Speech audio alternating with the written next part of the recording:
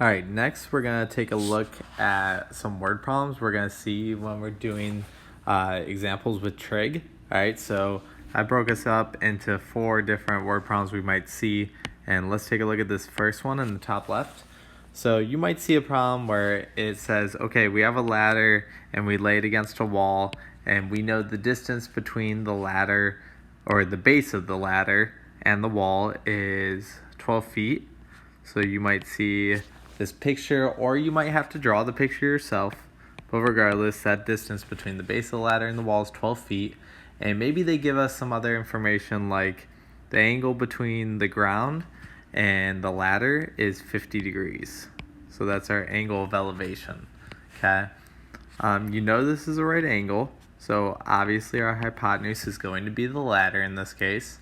And let's say, okay, we want to find the length of the ladder.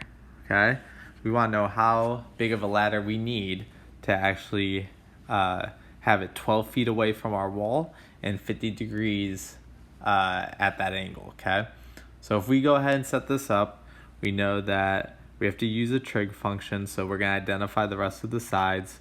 We're using our 50 degrees, so the adjacent side is this 12 feet, the hypotenuse is the ladder, so that's going to be cosine. Okay, so don't forget, we got SOHCAHTOA to help us, okay?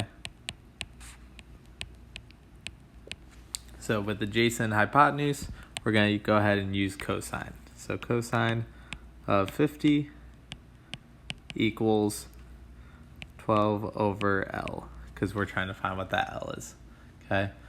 Just know you have to multiply each side by L when you solve here. And then you'll have L times cosine of 50 equal to 12, and then divide each side by cosine of 50, and then you're going to be able to solve for L here. So once you do 12 divided by cosine of 50, you should get roughly 18.7 feet. Okay, so if you had to find the length of the ladder, you could set it up that way. We could always find how tall the wall is. That's always an option you could find. We know that this other angle here would be 40 because all your angles add up to 180. So there's a lot of different things we can solve here, but that's just an example of one, okay?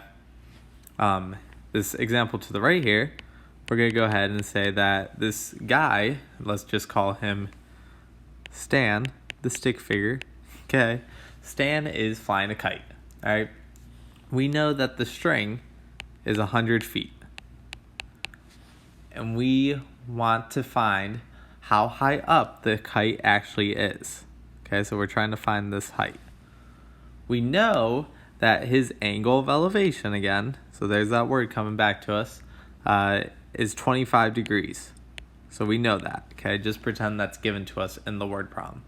And now we want to use this information to find how high the kite is actually up in the sky. Okay, you know your right angle is formed right there.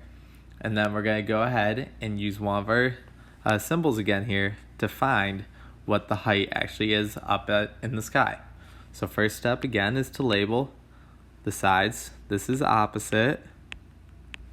This is our hypotenuse. So we know if we're using opposite and hypotenuse, that it's going to be sine. Okay, so sine of 25 equals opposite over hypotenuse, so h over 100. And then to solve, you're just going to multiply each side by 100.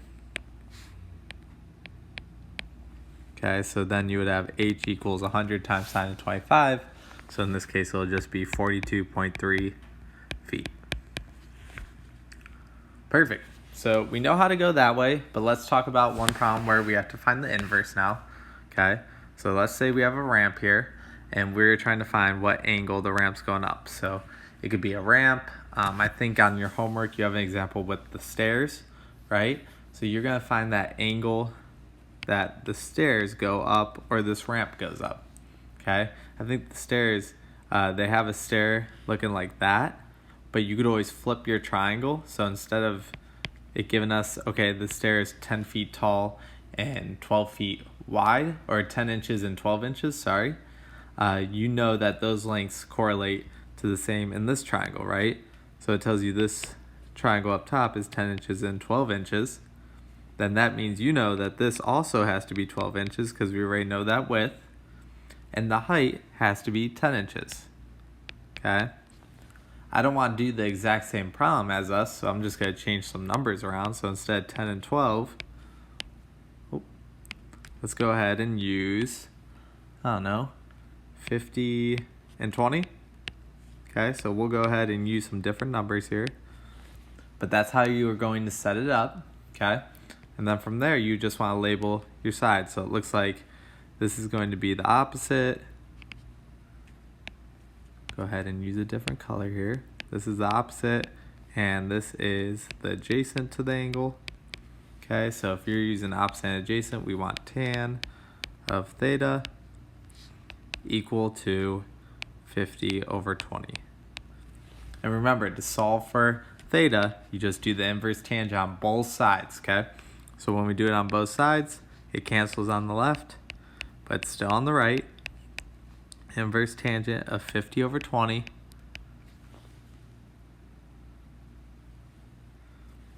Okay, and then you're going to go ahead and plug that in. So that one I don't have written down, so let's go ahead and see what it is in Desmos. So functions, inverse tangent of 50 over 20. And remember, we want to be in degrees. So it's going to be an angle of 68.2 degrees here. And don't forget to label your degrees, okay? So that's what we're looking at here in this problem, okay? We're looking at a lot of different word problems, so just go ahead and try to draw a picture first, all right? So draw a pic. If they don't give you one, all right, and then do the rest of the steps that we usually do to solve, okay? So that's labeling your sides, identifying the trig function, and solving it. Cool? All right, so good luck. Let me know if you have any questions.